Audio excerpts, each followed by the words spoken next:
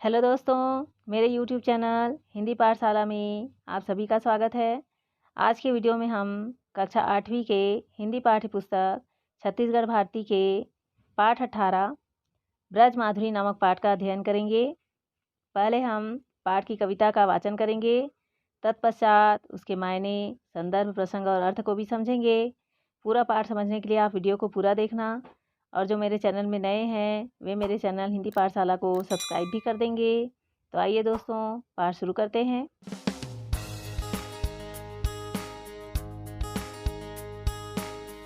यह कविता कवि पद्माकर, भारतेंदु हरिश्चंद्र और बेनी जी द्वारा लिखित है।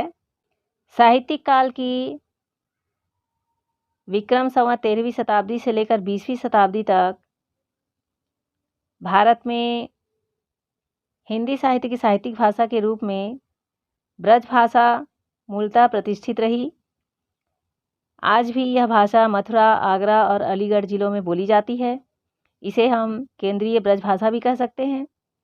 प्रारंभ में ब्रज भाषा में ही काव्य रचना हुई। भक्ति काल, रीतिकाल और आधुनिक काल तथा आरंभिक वर्षों में प्रचुर मात्रा में साहित्यिक सृजन इस भाषा में हुआ, जिनमें सूरदास, रहीम, रसखान, बिहारी, केशव, घनानंद, भारतेंदु और जयशंकर प्रसाद आदि प्रमुख कवि हैं। प्रस्तुत पद में भक्ति और श्रृंगार के भाव, सामर्थ्य और प्रवाह को देखा जा सकता है। तो आइए पहले हम कविता का वाचन कर लेते हैं। चितय चितय चारों चौकी चौकी पर त्यों ही, जहाँ तहाँ जब तब खटकत पात हैं। भाजन सो चाहत गंवार ग्वालिनी के कछु, डरनी डराने से उठाने रोम गात हैं। कहें पद्माकर सुदेखी दशा मोहन की, शेष हूँ महेश हूँ सुरेश हूँ सिहात हैं।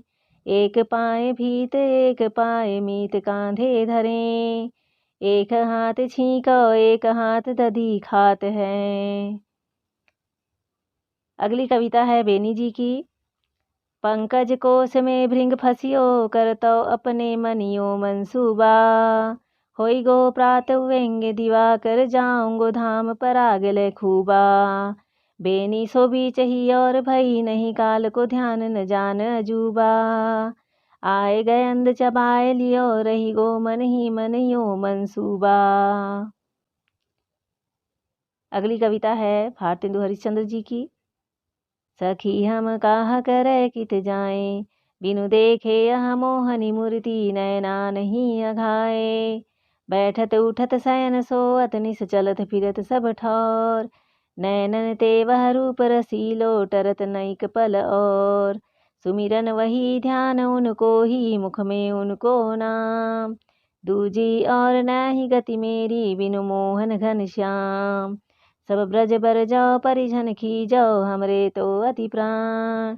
हरिचंद हम मगन प्रेम रस, सूझत नाही न आन। इस तरह से दोस्तों कविता को कंठस्थ करिए। अब हम इस कविता में आए कठिन शब्दों के अर्थ को जान लेते हैं। चितय चितय का अर्थ है टोह लेना या आहट लेते हुए। चौंकना का अर्थ है हैरान होना। खटकना मतलब आहट होना या खलना। भाजन मतलब भागना। रोम का अर्थ है देह के बाल या रोयां या लोम। गात का अर्थ है शरीर। सिहाना का अर्थ है स्पर्धा करना या पाने के लिए ललचाना या लुभाना। भीत का अर्थ है दीवाल।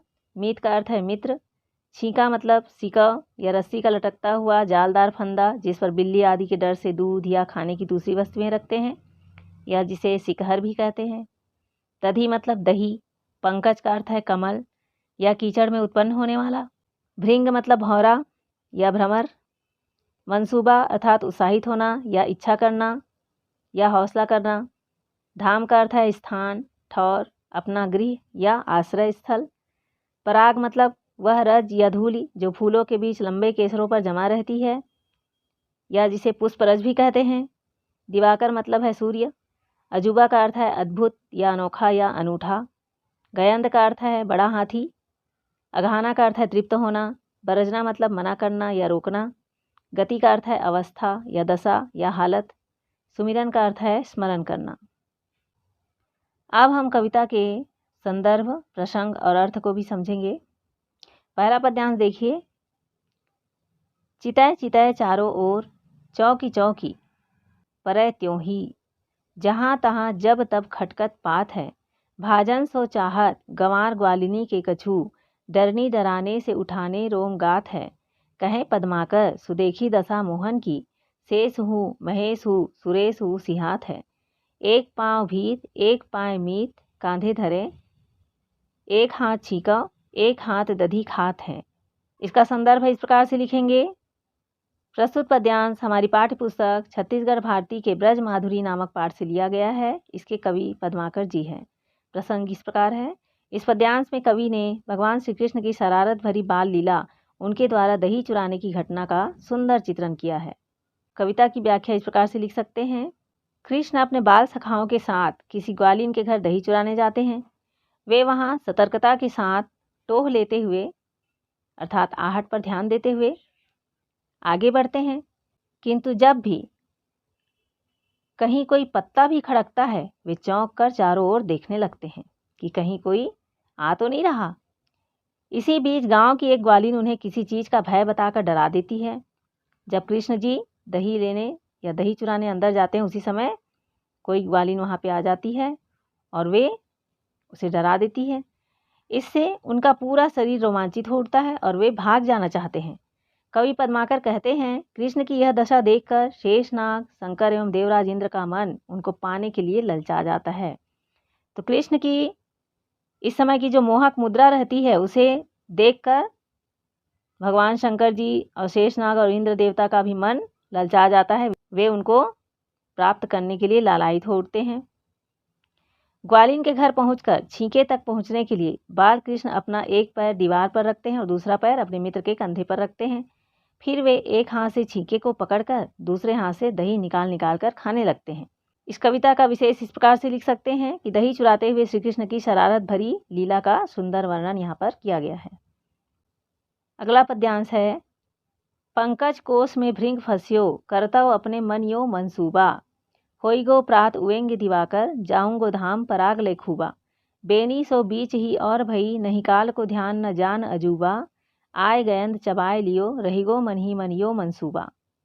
इसका संदर्भ आप इस प्रकार से लिख सकते हैं। प्रस्तुत पद्यांश हमारी पाठ्य पुस्तक छत्तीसगढ़ भारती के ब्रज माधुरी नामक पाठ से लिया गया है। इसके कवि बेनी जी हैं। प्रसंग इस प्रकार है। इस पद्यांश में कवि ने कमल कोश में फंसे भौरे के माध्यम से जीवन की नश्वरता को बताया है। व्याख्या इस प्रकार से लिख सकते हैं। सूर्यास्त होने पर कमल दल के संकुचित हो जाने पर एक भौरा उसके कोश में फंस गया। वह मन ही मन इस प्रकार सोचने लगा कि कल प्रातः जब सूर्योदय होगा और कमल पुनः विकसित होगा या खिल जाएगा तो मैं यहाँ से बहुत सा पराग लेकर अपने घर चला जाऊँगा, अर्थात उड़ जाऊँगा। यहाँ पर यह घटना बताई गई है कि एक भौरा फूल का रस लेने के लिए कमल फूल के ऊपर बैठता है और सूर्यास्त होने पर कमल दल जो है वो संकुचित हो जाता है, सिकुड़ जाता है और सुबह सूर्योदय होने पर फिर से खिल जाता है। तो वह संकुचित कमल के अंदर बंद हो जाता है और बंद हुए हुए सोचता है कि सुबह होने पर जब सूर्योदय होगा और कमल फिर से खिलेगा तो मैं उड़ जाऊंगा। और कैसे उड़ूंगा? यहाँ से बहुत सारा पराग लेकर उड़ूंगा। बेनी कवि कहते हैं कि इसी बीच एक और ही घटना घट गई। इसमें कोई अचरज नहीं कि उस भौरे को काल अर्थात अपनी मृत्यु का ध्यान ही नहीं रहा। वहीं एक हाथी आया और उसने उस कमल को चबा डाला जिसमें वह भौरा बंद था। इस प्रकार उस भौरे की इच्छा उसके मन में ही धरी रह गई और वह काल के गाल में समा गया। भौरे को पता ही नहीं था कि उसकी मृत्यु भी समीप आ रही है और एक हाथी के द्वारा वह मृत्यु के ग्रास में चला गया। विशेष रूप से कवि ने यहाँ पर मृत्यु के सत्य का सुंदर उदाहरण दिया है कि शरीर नश्वर होता है, जीवन क्षणभंगुर होता है और मृत्यु एक अटल सत्य है। अगला पद्यांश है। सखी हम काह करें कित जाएं, बिनु देखे वह मोहिनी मूर्ति, नैना नाही अघाय। बैठत उठत शयन सोवत, निश्चलत फिरत सब ठौर। नैनन ते वह रूप रसीलो, डरत न एक पल और। सुमिरन वही ध्यान उनको ही, मुख में उनको नाम। दूजी और ना ही गति मेरी, बिनु मोहन घनश्याम। सब ब्रज बर जाओ, परिजन खींचौ हमरे तो अति प्राण, हरिचंद हम मगन प्रेम रस सूझत नाहिन आन। संदर्भ इसका इस प्रकार से लिख सकते हैं। प्रस्तुत पद्यांश हमारी पाठ्य पुस्तक छत्तीसगढ़ भारती के ब्रज माधुरी नामक पाठ से लिया गया है। इसके कवि भारतेंदु हरिश्चंद्र है। प्रसंग इस प्रकार है। इस पद्यांश में कवि ने सखी के मन की दुविधा तथा कृष्ण के प्रति प्रेम भाव का वर्णन किया है। व्याख्या इस प्रकार से लिख सकते हैं। नायिका अपनी सखी से मन की दुविधाओं का उल्लेख करती है और कहती है कि सखी मैं क्या करूं, कहाँ जाऊं। कृष्ण के मोहिनी मूरत को देखे बिना मेरे नैन नहीं भरते हैं। बैठते उठते, सोते जागते, चलते फिरते सब जगह उनका रूप देखने को तरसता है। अर्थात यहाँ पर जो गोपी है जिसे नायिका के रूप में लिखा गया है, वे कृष्ण से बहुत प्रेम करती है और हर समय उनके मन में कृष्ण की ही छवि रहती है। एक पल के लिए भी नेत्र उसके ध्यान से हटता नहीं है। हर समय मन में कृष्ण का ही नाम है।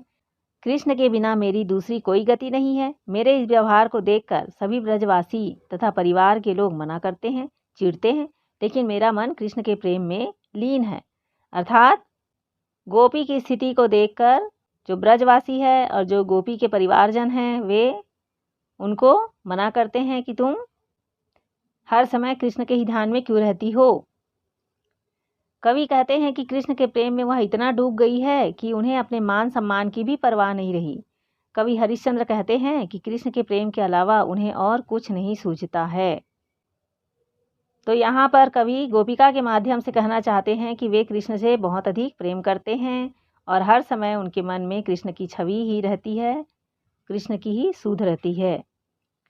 विशेष में लिख सकते हैं कि कृष्ण के प्रति गोपियों का प्रेम भाव प्रकट किया है। तो दोस्तों, इस प्रकार से हमने यहाँ पर कविता के अर्थ, प्रसंग और व्याख्या को समझा है। दोस्तों, अगर ये वीडियो अच्छी लगी हो तो अपने दोस्तों के साथ ज़रूर शेयर कीजिए, लाइक कीजिए और मेरे चैनल को भी सब्सक्राइब कर दीजिए।